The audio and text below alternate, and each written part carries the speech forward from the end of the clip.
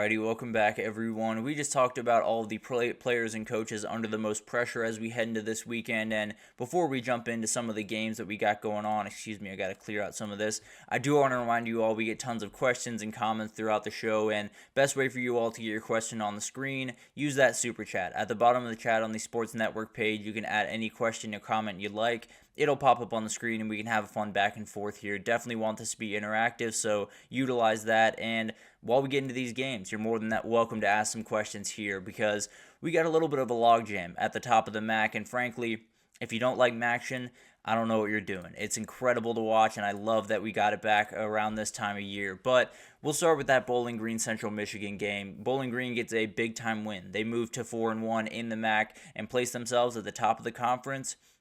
There's about 5 teams at the top of the conference at 4-1. So it's going to be a really fun couple of weeks down the stretch of the season in the MAC. So definitely be tuning in on Tuesdays and Wednesdays. But the defense really led the way in this one. They've been really incredible pretty much all season. Have been one of the more stingy groups in the entire country. And when you have a guy like Terrion Stewart on the other side, you're going to have a lot of special things going on. He had 20 carries, 117 yards, 5.9 yards per carry, and then he had Harold Fannin, just one of the best tight ends, maybe the best tight end in the country, catching passes at 86 yards in this game.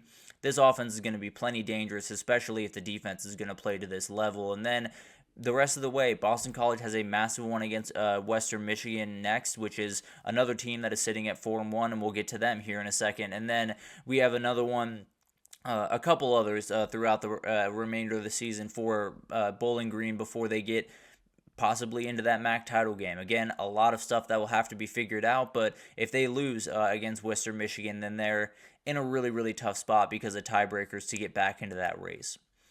Then you got Miami of Ohio, Ball State. This is a really, really interesting game and one where Miami of Ohio badly needed the win and they were able to get it. And this offense is as deadly as any in the conference. You have Brett Gabbert threw 3 touchdowns in this game. Didn't complete a ton of passes, but was very successful getting the ball downfield. Keon Mosey, a really talented running back that you might be seeing in the portal here pretty soon, but hate to say it, but that's probably the case. Got over 100 yards rushing in this game, really talented kid. And then you got Reggie Virgila, you have Javon Tracy, really, really talented guys on the outside that really make this offense just really tough to stop. And then the pass defense is going to need a little bit of work. Justin Bowick had 171 yards in this game. Got to make sure you keep that under control, especially with a couple of big games, including Bowling Green coming up. If you allow Harold Fannin to get going like that, you're going to have a really long afternoon. But it's going to be incredible to watch all of this unfold the rest of the way. They get Kent State next, so probably a win, let's be totally honest. And then Northern Illinois and Bowling Green to finish out the season. And it'll be really fun to watch those 2 games unfold and could have everything to do with who ends up in that MAC title game.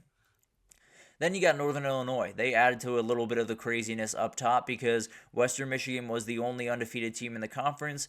Now they're right back down to 4-1 with everyone else. So it's going to be a little bit crazy down the stretch, but is a very, very good game from this Northern Illinois offense, and particularly Terry Johnson Jr., the freshman running back, another guy that probably is going to get a couple of calls in the portal around this time. I hate to say it every time, but probably the reality every time. But he went for 23 carries, 141 yards, 2 scores in this game. Ethan Hampton was great at quarterback, 2 passing touchdowns, only 3 incompletions on the day. So really, really efficient game from Northern Illinois, and took down the only team that was sitting atop that conference right now. For Western Michigan, still plenty ahead. They're playing really, really good football, and Jaden Nixon, who actually was I believe a teammate in high school of Ashton Genty, so terrifying duo. I don't know how anyone stopped them, but he had 95 yards, 2 touchdowns in this game. Jalen Buckley had 80. That's a really, really good duo of running backs, and definitely could carry them to a MAC title possibly. But at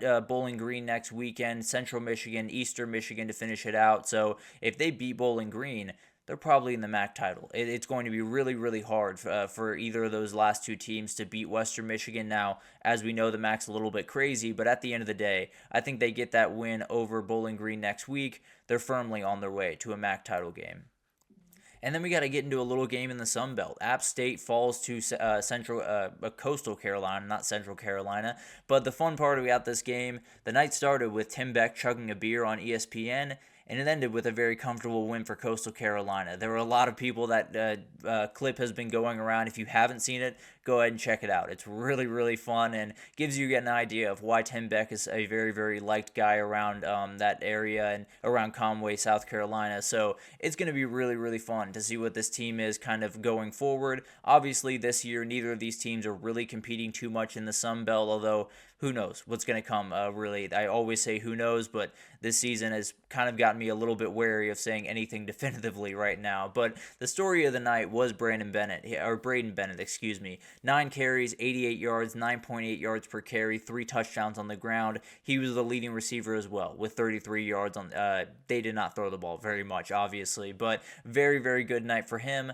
Yet another guy that's probably putting a little bit on tape for the portal, but we'll see what happens there. Would love to see him stay in those colors, but definitely something, the reality of college football right now. And then on the other side, turnovers have been a big issue for Joey Aguilar really throughout the year. Well, he had 3 turnovers today, yesterday, 2 interceptions, 1 fumble. Coastal Carolina gets a lot of confidence in. It feels like Tim Beck in that program, it's been a little bit slow going early on. Feels like they could be kind of turning a corner. Maybe 2025 is a year where they break through and maybe have their say in that CFP spot from the G5. So a lot going right for them and definitely a huge win that puts you in a really good position down the stretch of the season just to finish strong. Not necessarily to get into the Sun Belt race, but at the very least finish really strong and feel good about where you are going into 2025. And then we got a really interesting game over there in the Big Ten down there in LA, which sounds weird still saying those two things together, but at the end of the day, Iowa heads down to LA to face off against UCLA, and this is a really interesting one because over the last 2 weeks, both these teams have probably been playing the best football they've played all year. Definitely UCLA, but I think Iowa as well. Brendan Sullivan has brought this team just a little bit more offensively than I think a lot of people were expecting. His legs have been very, very important to that, and they've had back-to-back 40-point performances. As crazy as that sounds, the Iowa offense has really turned a corner and cannot give enough respect to Tim Lester and this staff to really get this thing turned around after a year where a lot of things went wrong and there were a lot of questions behind the scenes. You were able to handle business, get everything back on track, and that's absolutely huge. For UCLA, you've won 2 straight. Ethan Garber's probably playing the best ball that he's played all year and really maybe in his career. The question is, can you stop Caleb Johnson? Can you slow down that guy? Can you keep that guy from really taking over this game? I'd be a little bit surprised. I'm going to pick the Hawkeyes here. I think it's going to be a fun battle back and forth, and I think UCLA is a tougher team than we're giving them credit for. They just happen to play some really tough teams to start their Big 10 schedule, but I do think this one's going to be a little bit too tough, and then UCLA hopefully can finish the season strong and then continue on their way into 2025. Another game down at the G5 level that I want to talk about is Navy South Florida. Not necessarily a game that you're going to be looking at and pointing to for the G5 CFP race, not even necessarily one that you could be pointing to in the American race. I just think it's a really fun game. I'll be totally honest with you guys. I think these two teams that are in very kind of different places right now. You know, you have Navy kind of coming off 2 losses, not playing all that well. You have South Florida caught their footing last week against FAU and had a very aggressive handshake between the head coaches there. But it's going to be a really, really fun one. I think Bryce Archie coming off his best performance of the year for UCF against FAU, played really, really good football, and that's kind of all you needed to see from that kid. You needed that one little spark, and I think he could be rolling downhill now. And then you have Blake Horvath kind of heading in the wrong direction, has multiple interceptions, multiple turnovers against Rice and Notre Dame the last 2 weeks. Obviously, not quite the defense that he's going to be facing here, but definitely a group that could really be tough and cause some problems for him. So this one's going to live on the ground. I don't think that's any question. UCF loves to get that run game going. Same thing with Navy, and it'll be really interesting to see how this one goes back and forth. I think I'm going to go South Florida. I think Navy's really slipping right now, and I think